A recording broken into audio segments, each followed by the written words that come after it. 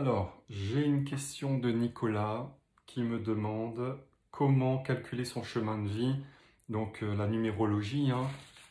C'est vrai que donc moi j'ai un service sur Internet où je propose de faire un bilan énergétique et spirituel, où eh bien, je calcule le chemin de vie de l'âme. Alors, ce chemin de vie il est très facile à calculer.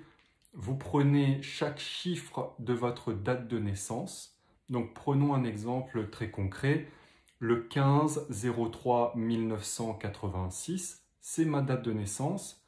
Donc, 15, j'additionne 1 plus 5, donc ça fait 6.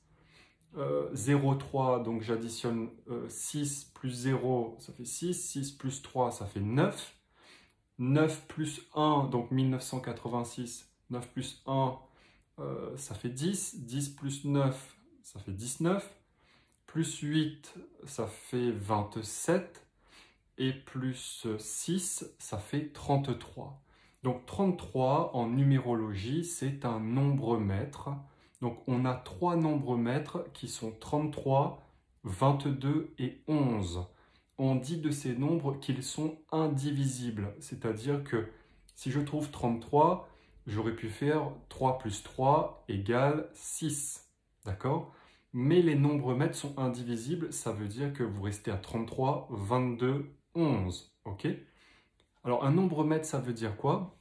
Ça veut tout simplement dire que vous avez quitté, si vous voulez, la réincarnation karmique, la roue karmique, qui va du chemin 1 jusqu'à 9. D'accord? Donc vous êtes déjà passé par les chemins de vie 1 à 9, et donc vous avez, si vous voulez, évolué spirituellement, eh bien en faisant des expériences karmiques, c'est-à-dire en faisant des erreurs et puis en payant votre dette. Vous voyez? Et à un moment, vous sortez de cette roue karmique à partir de l'incarnation 11. Donc de 9 à 11, eh bien vous vous incarnez en 11. Donc le 11, c'est le chemin des âmes qui ont un potentiel de guérison. Donc ce sont en général des guérisseurs. Les 22, ce sont des bâtisseurs, ceux qui sont là vraiment pour construire le monde spirituel de demain, qui vont poser des fondations qui sont alignées avec la volonté de Dieu, si vous voulez, avec le dharma, hein, ce qui correspond, qui est aligné avec l'énergie universelle. Et puis vous avez les 33 qui ont plus un potentiel d'enseignant spirituel.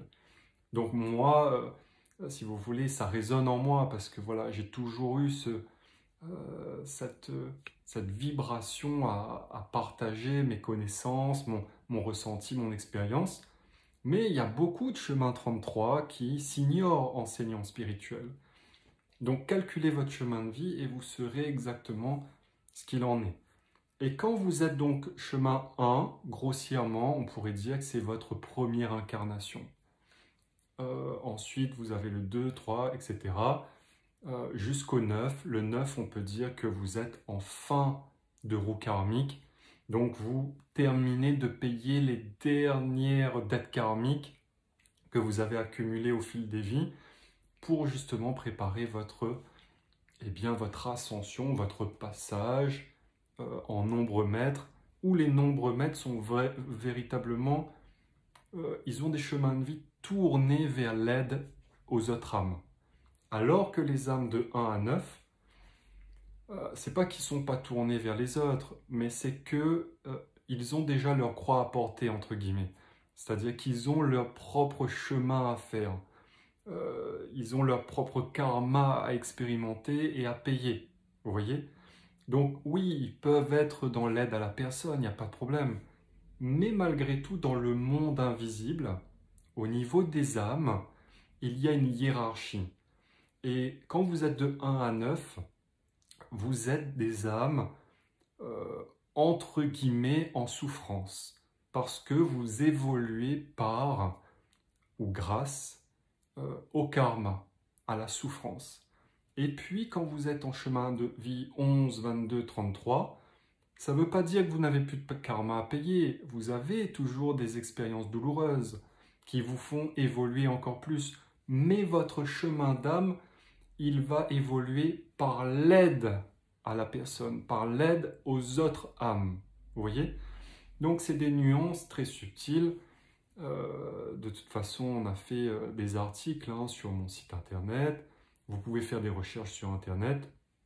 Et clairement, il y a une hiérarchie dans le monde invisible qu'il faut respecter et qu'il faut aussi épanouir. C'est-à-dire, quand vous savez ça, si vous êtes 11 par exemple, et que vous êtes un peu perdu, ben, sachez que vous avez un potentiel de guérisseur. Donc, il faut révéler ce potentiel, il faut l'activer, il faut le matérialiser. D'accord?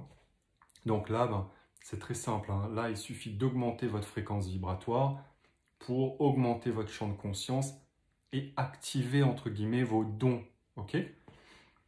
Alors, petite parenthèse, Cathy Maillot et moi-même, on a créé une agence Spirit Guard qui regroupe eh bien, une vingtaine d'énergéticiens et énergéticiennes qui ont justement des nombres maîtres 11, 22, 33, donc qui ont un potentiel d'âme tourné vers l'aide aux autres, pardon.